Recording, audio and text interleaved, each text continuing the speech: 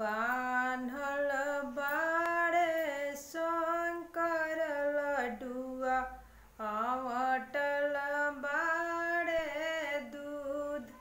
पीला पीला कवन हो बेटी, जइबू बड़ी दूर।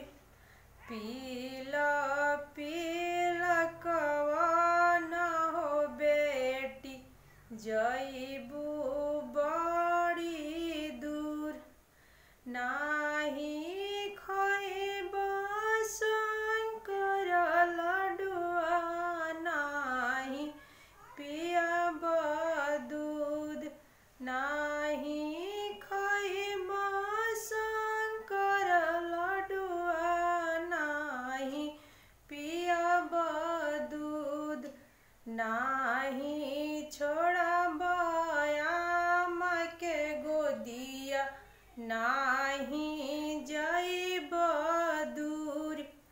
नाही छोड़ब आम के गोदिया, नाही जइब दूर।